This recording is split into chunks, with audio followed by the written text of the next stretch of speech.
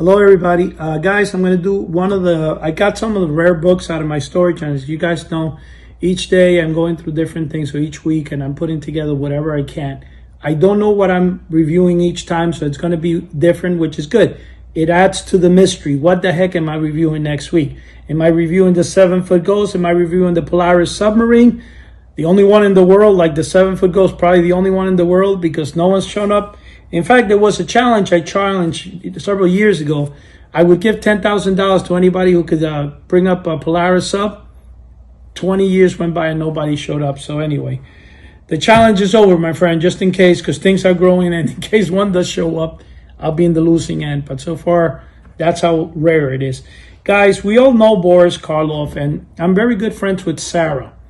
And one of the things that I'm proud to say, especially after this review, is I had an interview with her recently in Chiller Theater. I think I'm going to add it to one of these reviews, and this one seems to be the most appropriate. Here we have a couple of books on her father of the different parts he's played. This one's called Dear Boris, The Life of William Henry Pratt, a.k.a. Boris Karloff. Now, everybody knows his real name was William Henry Pratt, and then he took the stage name of Boris Karloff. Here is his book. This is a great book. I found it on my collection. It does have, it's all mostly black and white, but there's a lot of pictures here. And I recommend, if you guys can still get it, get it. Now, this one here, Boris Karloff and his films, you can see him here as the famous Frankenstein, and you can see him here as the famous mummy. So he's playing the mummy, and I like the eyes in this. In fact, a lot of people have copied those eyes.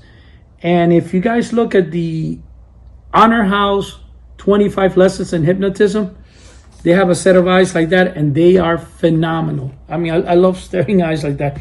Here you have a book, another one's called The Films of Boris Karloff, which is kind of like this one. This is Boris Karloff and his films.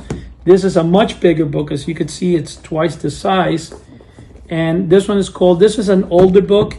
I believe this one was published way before. But anyway, it's called The Films of Boris Karloff. And somehow when I purchased this book, it was kind of funny because from it, there was a thing of Bela Lugosi. I think they made a copy of his motion picture employee, it says here. Bela Lugosi, okay? Guys, if you guys know, and if you're not aware, the Film Guild, I think it's called, or something, the very first member who started the Film Guild of America, I think, was Boris Karloff. And he held, which his daughter actually will say more if I connect the interview with his daughter. It was kind of interesting. If you guys stick around to watch the interview, because it's called The Missing Frankenstein's Bolts. She explains what happened to the original bolts from the film. And here is a book with Bela Lugosi and Boris Karloff. There's always been that saying that people think that Boris Karloff and Bela didn't get along. I don't really know the story. According to the daughter, they were kind of good friends. So I think it's more like Hollywood's way of inflating things that are not true just to make the sale.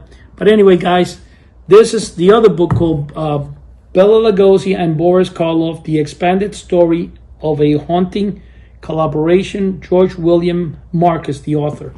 And this is a really great book. It's, again, black and white films, but it has some colored films inside. And, posters of the famous films they did. Because, as you guys know, Bela took on the role of doing a lot of B films. And I guess Karloff had a little more luck. He had more famous films. But whatever the reason, I guess if Bela was given a chance again when they asked him, do you want to play the monster? And he said, my back hurts. And he went to the doctor to get a note so that he didn't have to play what he called a stupid brute or whatever it was.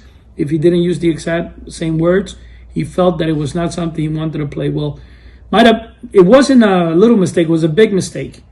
Just like I think Boris made the same mistake when he turned down being in on Abbott and Costello Meets Frankenstein, where Glenn Strange took the part. But anyway, guys, another great review. Thank you. Till next time. From all you cool ghouls and friendly fiends to the House of the Unusual.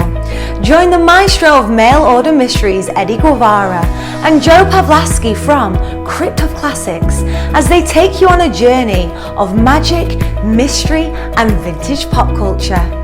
With them is world-renowned horror magician Chuck Caputo, and his exclusive line of horror magic kits, only available here. Join in the weekly podcast and hear from industry-leading guests and collectors alike. Subscribe to the YouTube channel for amazing videos. If that weren't enough, visit houseoftheunusual.com and connect on the free forum.